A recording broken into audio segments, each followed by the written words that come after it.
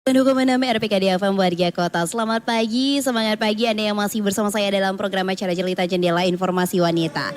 Dan Warga Kota, saat ini Rianika sudah hadir di hadapan Rianika narasumber yang sangat berkompeten di bidangnya. Hari ini kita akan membahas salah satu topik bahasan yang memang banyak orang mungkin mengalaminya atau cenderung menjadi sebuah isu yang sedang beredar saat ini Warga Kota. Sedang hadir di hadapan kita ada Ibu Sri Ayu Sutrisna selaku Kepala Bidang Persandian Diskominfo Kota Denpasar.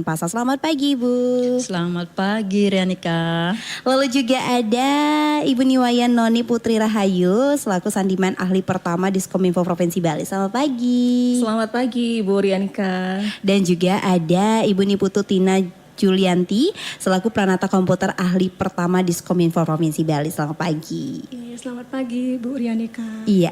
Nah warga Kota Denpasar, hari ini kami akan membahas mengenai keamanan akun dan juga manajemen password ya. Jadi mungkin warga Kota Denpasar ini banyak yang suka buat passwordnya itu tanggal lahir gitu atau cuman nama plus belakangnya ini tanggal lahir di depannya atau yang gampang-gampang gitu, yang gampang untuk dihack. Nah ini saatnya kita dengarkan dulu gimana sih tips dan triknya untuk membuat password yang aman gitu ya.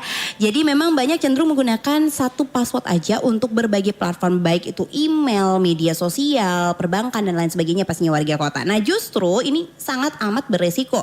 Nah jadi salah satu akun ini bisa aja kebobol ya warga kota ya. Jika peretas memang berhasil mendapatkan akses ke satu akun, mereka juga bisa nyoba dong pastinya menggunakan password yang sudah bisa meretas itu ke akun lainnya gitu. Nah ini akan menjadi bahasan kita pada pagi hari ini warga kota. Nah jika Anda mungkin ingin bertanya, kami buka line teleponnya di 036124 4444 dan juga di WhatsApp kami di 081338 338926. Baik, kita mulai aja nih. Mungkin pertama sebelum kita menuju yang tips-tipsnya nih, gimana sih sebenarnya cara membuat password yang kuat? Nah, Bu Kabit nih kira-kira tipsnya bagaimana sih cara membuat password yang kuat gitu Bu Kabit. Mungkin Bu Kabit sendiri punya trik pribadi membuat password yang susah banget buat dibobol. Silakan Bu Kabit. Ya baik, terima kasih Rianika. Jadi di zaman transformasi digital ini, jadi segala fasilitas kita mempergunakan akun ya, sistem elektronik semua memiliki akun dan ada passwordnya. Kadang-kadang apalagi ibu-ibu nih, terutama. Liu aja banyak sekali nih kita punya akun nih, harus berbagai macam jenis akun, beberapa akun dan lain sebagainya. Bagaimana menjaga password itu agar kuat? Kalau manusia mungkin dengan makan makanan sehat, nge-gym biar kuat gitu ya Rianika. Jadi kalau password yang kuat itu yang pertama itu adalah kombinasi. Jadi kombinasi antara angka, hurufnya juga dikombinasi, huruf besar, huruf kecil, kemudian simbol dan jumlah yang panjang. Ya, jadi itu. Jadi harapannya dengan beberapa kombinasi tersebut, jadi tidak serta-merta orang bisa melacak. Karena kalaupun kita pakai misalnya tanggal lahir, tapi diacak tanggalnya dulu, tahunnya dulu dan lain sebagainya, tetapi dalam proses pengacakan itu dalam sistem itu kan sudah mudah. Oh ini kira-kira ini tahun lahir nih dipakai atau tanggal lahirnya dipakai gitu. Kemudian diacak. Oh berarti dia bisa bobol satu, masuk lagi ke sistem yang lain. Jadi lebih mudah. Jadi bagaimana kita membuat kombinasi seperti yang tadi saya sampaikan, kombinasi angka, hurufnya huruf besar, huruf kecil, kemudian simbol, karakter-karakter khusus dan jumlah yang banyak. Kalau jumlah yang banyak itu Bu Kabit kira-kira idealnya berapa? Idealnya kalau sesuai dengan ketentuan BSSN itu ada di 8 sampai 12. Tetapi kalau mau optimal, kalau bisa 18 karakter. Wow, banyak sekali ya. Tapi ntar mikir nih gimana saya bisa membuat password kalau saya mau pakai sistem elektronik dan lain sebagainya. Buat yang unik, tetapi dalam kategori masuk kombinasi tersebut di atas tadi. Jadi seperti itu. Waduh. Mungkin itu ya Rianika. Jadi sekarang udah mikir nih, oh saya mau buat password yang gimana nih kombinasinya biar saya mudah mengingatnya tetapi sifatnya kuat dan orang lain tidak mudah membobol gitu.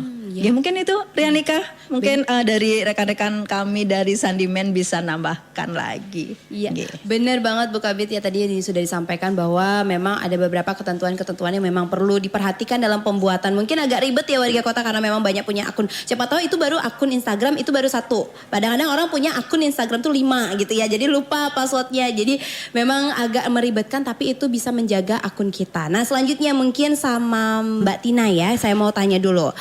Bagaimana sih sebenarnya caranya kita memanajemen password dari beberapa akun agar tetap aman dan sulit ditebakkan dari banyaknya password yang kita punya? Bagaimana sih caranya manajemen password dengan baik? Silakan. Baik, terima kasih Mbak Renika. Jadi untuk password tersebut memang harus sulit ditebak ya. Ya. Yang mana untuk membuatnya kita harus acak. Jadi tips pertama dari saya tuh jangan pernah menggunakan informasi pribadi. Yang mana itu seperti nama, ulang tahun, kemudian alamat email atau informasi umum yang bisa diketahui oleh publik. Kemudian seperti yang disampaikan oleh Ibu Sri, password tersebut harus minimal 12 digit. Hal ini sih berfungsi untuk agar tidak mudah diretas oleh pelaku kejahatan cyber. Oke. Nah kalau Bu Tina sendiri ini punya akun media sosial, semua passwordnya ini beda? Iya, harus beda. Harus beda? Iya. Gimana cara manajemen dan mengingatnya? Apakah melalui catatan atau bagaimana sih Bu? Iya, untuk password yang susah, yang sulit ditebak itu kan mungkin aman, tapi kita susah untuk mengingatnya. Iya benar. Untuk itu kita bisa mencatatnya, juga bisa menggunakan aplikasi manajemen password. Oke, aplikasi manajemen password. Ini mungkin menarik ya karena baru-baru kita mendengar aplikasi manajemen password. Nanti kita akan bahas lebih lanjut pastinya Ibu ya. Nah selanjutnya untuk Ibu Noni sendiri. Nah jika memiliki banyak sekali password yang berbeda-beda di setiap akunnya, bagaimana cara menjaga keamanan password tersebut? Silakan. Ya, terima kasih Bu Rianika. Mungkin tadi juga sempat disinggung oleh Bu Kabit bagaimana membuat password yang kuat, kemudian dari Bu Tina ya untuk menjaga password yang kuat. Nah, saya ingin menambahkan untuk menjaga password yang kuat, pertama kita sudah punya password yang kuat. Kalau sudah punya password yang kuat, itu belum tentu aman ya. Jadi punya password yang kuat harus juga dijaga. Nah, salah satu menjaganya itu jangan dibagikan kepada orang lain. Misalkan kalau juga kita dihubungi oleh bank, mengaku sebagai bank misalkan. Nah itu tidak mungkin lah si penyedia layanan seperti bank itu meminta password kita. Nah paling dimintanya nomor rekening atau apa untuk membantu kendala yang kita alami. Jadi tidak mungkin kita diminta password. Oke. Nah kemudian kalau misalkan nih kita sudah punya password yang kuat, kadang kan orang biasanya eksis di media sosial ya, misalkan sekarang sedang melakukan aktivitas apa, itu biasanya di foto terus di post di media sosial. Nah itu misalkan ada kejadian, misalkan kita sedang bekerja, sedang ikut Zoom misalkan. Nah di layar monitornya itu misalkan ditempelkan nih username dan passwordnya, kemudian difoto, diupload ke media sosial. Nah itu secara tidak sengaja sudah membocorkan password sendiri. Nah itu sebaiknya tidak dilakukan. Sebaiknya jangan over posting ya di media sosial. Kadang kita memposting alamat, memposting ulang tahun seperti itu. Nah kadang si penyerang itu memanfaatkan informasi-informasi yang kita share sendiri. Misalkan ternyata kita menggunakan alamat rumah atau hobi kita atau siapa misalkan penyanyi favorit gitu misalkan sebagai password. Nah terkadang kita secara tidak sengaja share hal tersebut di media sosial. Jadi bisa di profiling lah kita kira-kira ini orangnya tanggal lahirnya berapa, namanya siapa, tinggal di mana, penyanyi favoritnya siapa. Nah itu nanti bisa di profiling, dia buatkan kamus, nanti dia buatkan generate password yang mungkin kita gunakan sebagai password. Jadi nanti itu bisa dicoba-coba untuk membobol akun kita. Seperti itu. Jadi jangan overposting juga di sosial media. Kemudian untuk manajemen password yang banyak itu kan sulit juga ya. Benar. Sudah harus tadi minimal, kalau optimal 18 karakter kata Ibu Kabit. Terus harus beda-beda, belum lagi kita punya akun sosmed, Facebook, Instagram. Kemudian ada akun, misalkan kalau sebagai pegawai ada akun kepegawaian, akun A, B, C, banyak lah. Nah itu biasanya orang-orang kan cenderung menggunakan password yang sama. Nah untuk manajemen password yang berbeda-beda itu, Salah satunya bisa kita catat tapi kita simpan di tempat yang aman. Atau kalau misalkan kita catat, itu pas kita catat kita tidak tuliskan semua passwordnya. Misalkan kalau saya misalkan catat clue-nya saja. Misalkan clue yang mengarah ke password tersebut. Jadi tidak secara langsung password tersebut yang dicatat. Kemudian bisa juga seperti tadi sempat disinggung dengan menggunakan aplikasi password manajemen. Jadi kita cukup mengingat satu password utama atau master passwordnya. Jadi nanti password-password itu tersimpan di sana. Seperti itu, Ibu Rienika. Itu menarik ya, manajemen itu aplikasi manajemen password itu ada contohnya nggak sih? Mungkin banyak, itu hal yang baru ya. Saya pun juga baru pernah mendengar ada aplikasi manajemen password. Itu seperti apa sih contohnya, Kak? Kalau contohnya nyebut merek dong nggak apa-apa ya. Contohnya misalkan seperti kalau di aplikasi mobile ya, misalnya itu contohnya ada Bitwarden itu namanya. Jadi kita hanya tinggal mengingat satu master password saja. Jadi passwordnya itu tersimpan di sana. Dia tersimpannya secara terenkripsi. Jadi misalkan password kita ABCDE 12345, ya itu lemah sih ya. Anggap saja contohnya seperti itu. Jadi nanti kalau tersimpannya di sana itu tidak ABCDE 12345 tapi acak misalkan A X Y 12 gitu. Jadi diacak, jadi dienkripsi dia. Iya, jadi itu lebih memudahkan kita untuk mengingat lah ya. Ternyata warga kota banyak hal yang mempermudah. Jadi mungkin Anda yang ingin membuat password yang rumit, lalu bisa itu juga takut atau udah pernah nih sebelumnya merasa kebobolan, sekarang pengen lebih aware lagi, silakan untuk gunakan aplikasi yang tadi sudah disampaikan ya. Selain itu juga bisa melakukan beberapa tips yang tadi sudah disampaikan oleh Bu Kabit dan juga ada Bu Noni dan juga Bu Tina. Dan warga kota, nanti kami akan kembali lagi pastinya dengan bahasan kami mengenai keamanan akun dan juga manajemen password. Terima kasih warga kota yang sudah bergabung juga. Nanti kami akan kembali top stay tune di 92,6 RPKD FM. Kalau tadi sudah kita singgung tentang bagaimana sih caranya membuat ataupun memanajemen password kita agar sulit untuk dibobol. Nah, kalau ngomongin masalah pembobolan gitu ya warga kota ya.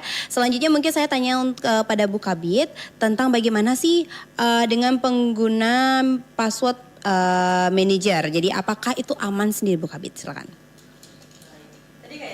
Singgung deh sama Mbak Noni ya, bagaimana kita mengamankan password selain kita memiliki password yang kuat, kemudian tidak men-share di media sosial berbagai data informasi yang memungkinkan di sana untuk dapat dicari informasinya terkait dengan password-password yang kita gunakan. Jadi tadi Mbak Rienika menanyakan bahwa bagaimana penggunaan manajemen password, apakah aman atau tidak gitu ya. Nah, kembali lagi, apapun itu yang namanya password itu ya. Kalau saya katakan aman, sebentar, saya sudah mempergunakan manajemen password gitu ya. Ternyata kok bisa kebobol juga. Nah, sekarang bagaimana kita memanfaatkan manajemen password itu dengan password utama yang lebih kuat. Kenapa dikatakan tadi sama Mbak Noni bahwa dengan manajemen password itu lebih aman? Karena di dalam manajemen password itu sudah terenkripsi kembali. Jadi password yang sudah kita acak, kita buat unik, kemudian sudah terenkripsi, begitu ya. Tetapi bagaimana kembali kita, yang namanya manusia yang buat, orang yang lebih canggih lagi mungkin saja bisa membobol hal seperti itu. Tetapi bagaimana kita membuat password utamanya yang bisa masuk ke manajemen password itu yang lebih kuat lagi. Yang kiranya orang sangat sulit sekali untuk membobolnya gitu ya. Kemudian bagaimana tipsnya? Saya kira masih banyak ya di zaman teknologi ini kita cari ini gimana tip membuat password yang unik, yang sulit dibobol dan lain sebagainya. Buat sesuai dengan yang kita anggap unik. Yang kita anggap unik belum tentu orang lain menganggap unik kan. Yang kita tahu belum tentu orang lain menganggap tahu. Tetapi tidak menutup kemungkinan untuk terjadinya pembobolan itu. Sekali lagi kuncinya tidak menutup kemungkinan. Jadi seperti itu. Jadi pandai-pandailah memanfaatkan fasilitas teknologi. Karena segala macam fasilitas untuk teknologi itu terkait juga termasuk juga password. Banyak sekali manajemen password yang ada di media online. Jadi ada yang gratisan juga gitu ya. Google manajemen password, kemudian di Apple juga ada. Kemudian masih banyak lagi yang lainnya. Silahkan kita pilih di situ yang mana merasa nyaman menggunakannya dengan kata kunci menurut saya. Jadi untuk kunci utama passwordnya yang dibuat seunik dan kira-kira orang sulit untuk menembusnya. Jadi gitu, Rianika. Mungkin bisa ditambahkan nanti lagi sama rekan-rekan yang lain. Oke Bu Kabit, kalau tadi sudah disinggung, membuatlah password yang unik dan juga sulit tapi unik gitu biar mudah diingat. Kalau Bu Tina sendiri, untuk orang yang masih mengandalkan password lama, contohnya saya mungkin yang mudah banget buat ditebak gitu. Apa sih sarannya sebenarnya untuk mereka agar bisa meningkatkan keamanan tanpa merasa kesulitan? Kalau misalkan password yang panjang, yang agak sulit, yang unik kan agak sulit kita ingat atau kita manajemenkan sendiri. Bagaimana sih menurut Bu Tina sendiri? Kalau saya sendiri ya biasanya seperti yang disinggung oleh Bu Sri sebelumnya, untuk membuat password yang unik itu bisa menggabungkan simbol, angka maupun huruf. Jadi huruf besar, huruf kecil. Misalnya untuk Mbak Rianika, namanya kan Rianika gitu kan. Bisa R-nya huruf besar, I-nya itu bisa pakai angka atau bisa pakai tanda seru seperti itu Bu. Oh. Ya, jadi lebih susah ditebak ya. Tapi tetap dibacanya Rianika gitu. Jadi kita kan ingatnya tulisannya Rianika. Benar. Jadi tadi juga sudah disinggung juga terkait dengan manajemen dicatat dan bagian sebagainya Ibu ya. Ya, Dan juga benar. ada aplikasi-aplikasi yang bisa digunakan untuk memanajemen password yang banyak gitu ya Bu ya. Iya.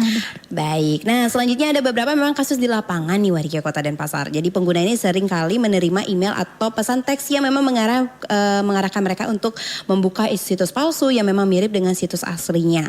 Dengan tujuan untuk mencuri data login mereka hingga berujung data pribadi mereka dibobol. Nah ini nih contohnya dulu kalau lagi pas happeningnya itu adalah surat undangan. Nah surat undangan tuh ada beberapa yang pernah kebobolan masalah surat undangan. Nah kalau Bu Noni sendiri gimana sih cara kita tuh mengecek kebocoran data dari beberapa akun yang memang kita miliki? Silakan. Baik, terima kasih Bu Rianika. Jadi untuk mengecek kebocoran data ya, misalkan kita punya akun itu terasosiasi dengan email. Kalau sekarang kan rata-rata kita mendaftar akun apa saja itu biasanya diminta email. Iya. Nah, untuk mengeceknya itu bisa melalui internet ya, bisa kita akses website Have I Been Found atau periksadata.com. Nah, jadi ketika kita sudah akses itu websitenya, nanti kita tinggal masukkan alamat email kita. Setelah masukkan alamat email, kita cek atau periksa, nanti muncullah apakah data kita pernah bocor. Misalkan nih, saya punya email, saya ada beberapa email ya. Salah satu email saya cek di periksadata.com misalkan, nanti muncul bahwa data saya pernah bocor di mana saja. Nah, contohnya misalkan data saya pernah bocor di Tokopedia. Nah, kenapa? Karena sewaktu tahun 2020 kalau tidak salah itu Tokopedia pernah mengalami insiden kebocoran data. Nah, itu kemungkinan data saya termasuk data yang bocor. Jadi di periksadata.com itu terlihat nanti data kita apa saja yang bocor. Misalkan data password, data nama, data tanggal lahir. Nah, seperti itu. Kelihatan di sana data-data apa saja yang bocor. Nah, kemudian selain data-data saja apa yang bocor, itu kita diberikan saran ya, di bawahnya itu ada bagaimana cara kita menangani password yang bocor. Nah, misalkan dengan mengganti dengan segera passwordnya itu. Kalau bisa sih semua akun kita ganti juga passwordnya. Apalagi kalau password yang bocor itu ternyata sama dengan password lain. Misalkan password Tokopedia saya ternyata sama dengan password Facebook saya. Nah, itu harus segera diganti passwordnya. Kemudian jika passwordnya sudah diganti, itu agar menggunakan pengamanan lebih seperti two factor authentication. Nanti mungkin bisa dijelaskan oleh rekan-rekan di sini. Mungkin seperti itu, Bu Rianika. Oke, nah ini juga tadi ada pertanyaan yang masuk dari masyarakat ya. Ada Ananta di Padang Sambiana. Kalau misalkan dalam satu smartphone itu kan ada banyak akun bank lah, akun media sosial dan sebagainya. Itu ada salah satu akunnya yang udah bocor, misalkan akun Facebooknya yang udah bocor, udah kebobolan. Kira-kira memungkinkan nggak sih akun-akun lain yang ada di smartphone itu juga akan bocor? Misalkan. Untuk misalkan salah satu akun di perangkatnya itu bocor ya. Nah, itu bocornya kan kita belum tahu nih karena apa bocornya. Bisa saja karena kelalaian, tidak sengaja men-share passwordnya, dan kalau misalkan passwordnya sama dengan akun lain itu bisa saja dibobol. Kemudian kalau misalkan bobolnya itu karena terdapat malware. terdapat virus misalkan di handphonenya seperti tadi Mbak Rianika sempat singgung masalah undangan pernikahan. Nah, itu Iya. kan contohnya APK undangan pernikahan. Nah, kalau APK itu kan hanya bisa diinstal di Android gitu kan. Jadi kalau sudah di perangkat kita itu terinfeksi dengan malware dan malwarenya itu misalkan spyware atau keylogger, jadi setiap apapun yang kita ketikkan nanti di keyboard, misalkan kita inputkan password, nah itu bisa terbaca dan terkirim ke si penyerang. Nah seperti itu. Jadi kalau misalkan perangkat kita terinfeksi dengan malware, itu kita putuskan dulu koneksi internetnya. Karena kan untuk mendapatkan data dari handphone kita, dia perlu koneksi internet untuk transaksi datanya. Itu putuskan dulu koneksinya. Kalau misalkan kita perlu untuk tetap berkomunikasi, itu SIM card-nya itu dicabut, dipasang di handphone lain. Kemudian kita ganti juga seluruh passwordnya itu jangan di perangkat yang terinfeksi. Karena nanti kan tercatat juga. Kita rubahlah password kita di perangkat yang lainnya. Kemudian kalau lebih amannya itu kita bisa mereset factory. Jadi dia kembali seperti baru lagi. Kemudian setelah itu barulah kita bisa gunakan perangkat itu lagi. Seperti itu mungkin nanti dari rekan-rekan bisa menambahkan. Nah, satu lagi nih ada pertanyaan juga. Kalau menggunakan wifi, ada yang bilang katanya menggunakan wifi umum, apalagi kita lagi berbelanja kiris itu kan, menggunakan wifi umum itu bisa aja menyebabkan kebocoran. Apakah itu benar atau tidak? Kira-kira siapa yang ingin menjawab? Ya, silakan. Mungkin saya coba tanggapi ya. Jadi diupayakan memanfaatkan teknologi, manfaatkan yang lebih aman. Karena ketika kita merasa nyaman, kita lupa dengan keamanan. Karena keamanan berbanding terbalik dengan kenyamanan. Ya. Jadi asik-asik aja, di sini ada wifi nggak? Kita pakai wifi kok. Yuk gitu. Habis itu mau belanja di Shopee dan lain sebagainya, kemudian transfer dan transaksi dan lain sebagainya. Jadi sebaiknya memanfaatkan internet dari kotanya sendiri. Oke. Karena segala kemungkinan itu bisa terjadi. Kalau namanya wifi itu kan ada manajemennya, manajemen IP-nya. Jadi siapapun kita masuk ke suatu lokasi pun sudah kedetek nih kalau kita sudah memanfaatkan wifi di lokasi tersebut. Oke. Sebaiknya memanfaatkan internet dengan fasilitas yang kita miliki, apalagi bertransaksi. Jadi sebaiknya dengan fasilitas internet milik pribadi. Jadi kota datanya sendiri. Jadi kita yang tahu nih, loh kenapa bisa seperti ini, seperti yang disampaikan Mbak Noni tadi. Jadi ketika kita sudah menyadari bahwa data kita ada kebocoran atau ada hal-hal yang mencurigakan, lebih baik dimatikan dulu koneksi internetnya. Secepat mungkin. Jangan lagi menghubungi siapa-siapa. Matikan aja dulu internetnya. Setelah itu baru berkonsultasi dan lain sebagainya, atau bertanya sama orang yang sudah pengalaman dan lain sebagainya. Sebaiknya seperti itu yang dilakukan. Baru tahapan-tahapan berikut yang disampaikan oleh Mak Noni tadi. Saya kira seperti itu. Baik. Nah, warga kota itu dia ya. Semoga menjawab pertanyaan Anda juga. Terima kasih sudah beratensi. Nanti kami akan kembali lagi warga kota pastinya tentang manajemen password juga, dan tadi juga disinggung tentang Google Authenticator ini seperti apa sih, nanti kami akan kembali lagi. Jadi jangan kemana-mana, tetap stay tune di 92,6 RPKD FM. 92,6 RPKD FM warga kota, masih bersama Ibu Sri Ayu Sutrisna selaku Kepala Bidang Persandian Diskominfo Kota Denpasar, lalu juga bersama Ibu Niwaya Noni Putri Rahayu selaku Sandiman Ahli Pertama Diskominfo Provinsi Bali, dan juga Ibu Niputu Tina Julianti selaku Pranata Komputer Ahli Pertama Diskominfo Provinsi Bali. Tadi sudah panjang lebar, udah dijelasin ya warga kota yang mengenai bagaimana sih memanajemen password yang aman dan juga pastinya mungkin bisa jauh dari kebobolan gitu kan. Sekarang mungkin kita akan membahas mengenai ini juga banyak yang ditanyakan juga oleh warga kota Denpasar. Apakah penting nih untuk mengganti password secara rutin atau apakah hanya dilakukan ketika ada kecurigaan aja? Silakan Bu Kabit. Baik Rianika, jadi warga kota, jadi masa transformasi digital seperti yang kita ketahui di sini, ada media sosial, ada sistem elektronik dan lain sebagainya. Itu semua memiliki akun, memiliki password. Jadi seperti itu. Nah, tadi disampaikan Mbak Noni, passwordnya disimpan dengan rapi, kemudian menyimpan password di manajer password, kemudian jangan ditempel di monitornya komputer itu ya. Pertanyaannya, penting nggak mengganti password secara rutin? Ya. Sangat-sangat penting.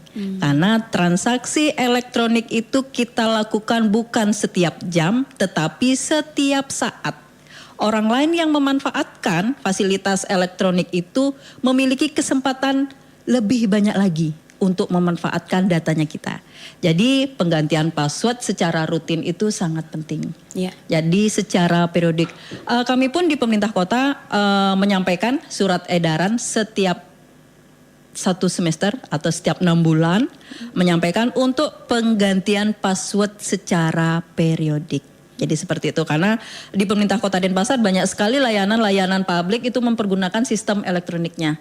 Jadi itu bagi bukan hanya sekedar operator atau adminnya saja, tetapi kita semua, kita pribadi, kita semua wajib menggantikan password secara periodik. Saya kira penting banget ya Mbak Rianita dan warga kota. Jadi marilah kita ganti password dan cek apakah device kita atau akun kita kebobolan seperti yang disampaikan Mbak Noni tadi. Kalau memang belum tercatat atau terlewatkan, mungkin bisa nonton YouTube-nya nanti lagi ya. Iya, bagaimana cara mengecek apakah device kita, data kita, akun kita mengalami kebobolan atau kebocoran. Mungkin seperti itu Mbak Rianitka. Terima kasih Bu Kabid. Selanjutnya mungkin tentang langkah-langkah tambahan. Ini yang harus memang dilakukan untuk menjaga keamanan akun. Silakan Ibu Tina. Terima kasih Bu Rianika. Beberapa langkah penting yang harus dilakukan untuk menjaga keamanan akun, diantaranya harus mempertimbangkan penggunaan autentikasi 2 faktor atau 2FA. Ini berfungsi untuk memberikan keamanan yang mana jika kita mau mengakses akun kita harus memasukkan kode OTP yang kita terima melalui ponsel. Jadi misalnya ada orang yang meretas, itu kita bisa mengetahuinya, oh ini ada yang masuk nih, kan segera lakukan pengubahan password kalau itu terjadi. Nah kalau menurut Bu Tina sendiri lebih aman kita melakukan autentik itu dua-duanya atau menggunakan nomor telepon aja atau menggunakan email aja? Dua-duanya bisa.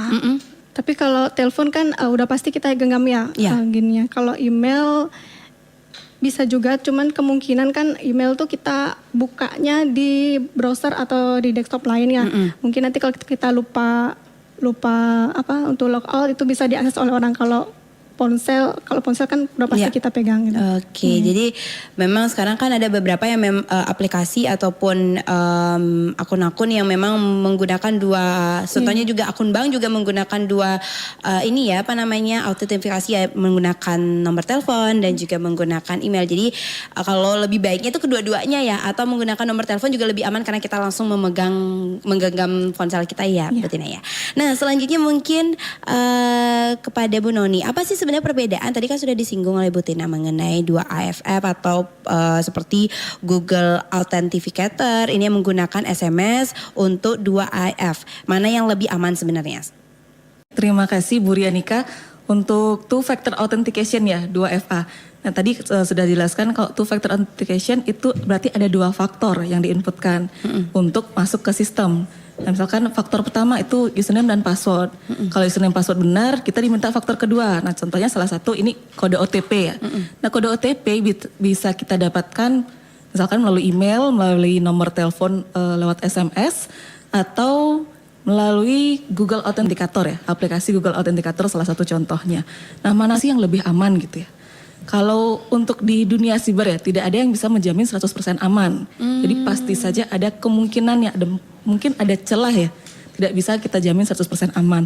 Tapi kalau misalkan dibandingkan kode OTP yang diterima melalui SMS atau melalui aplikasi Google Authenticator, si Google Authenticator ini cenderung lebih sulit biasanya untuk disusupi ya.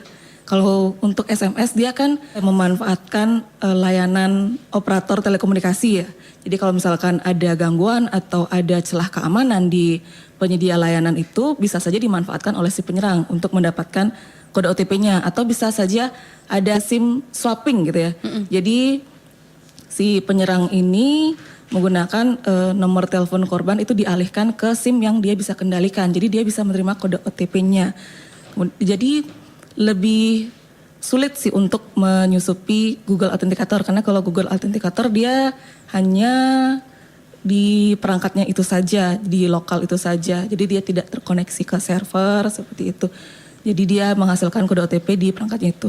Tapi penggunaan SMS dan Google Authenticator ini juga kalau misalkan perangkatnya itu terinfeksi seperti tadi malware, terus ada malware spyware atau keylogger itu jadi bisa terekam di layar handphone kita apa saja yang kita buka. Nah, itu.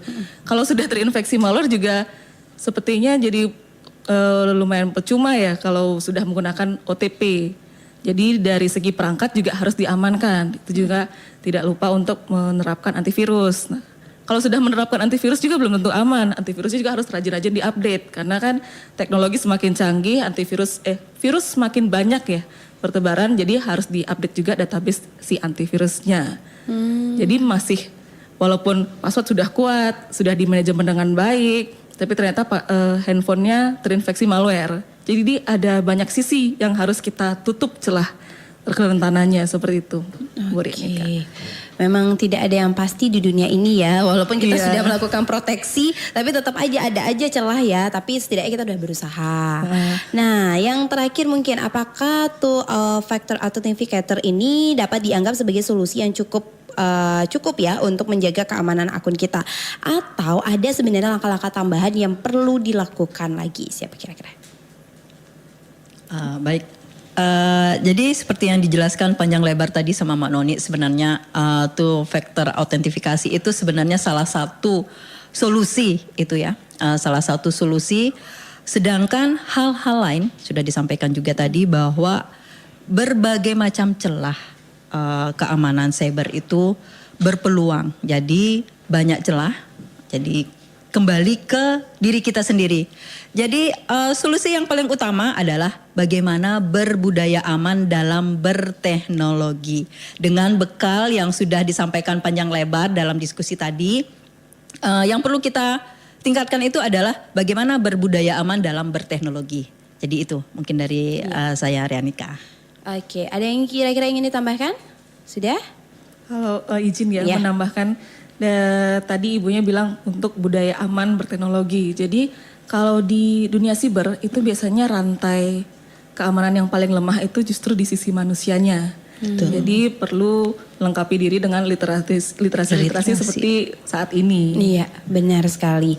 Nah, ini pertanyaan terakhir ya dari masyarakat Kota Denpasar. Seandainya nih ada akun mereka pribadi yang terbobol, apakah Diskominfo Provinsi ataupun Diskominfo Kota Denpasar ini bisa membantu mungkin memberikan layanan atau memberikan edukasi atau bantuan gitu untuk mengembalikan akun yang kebobolan atau bagaimana? Silakan.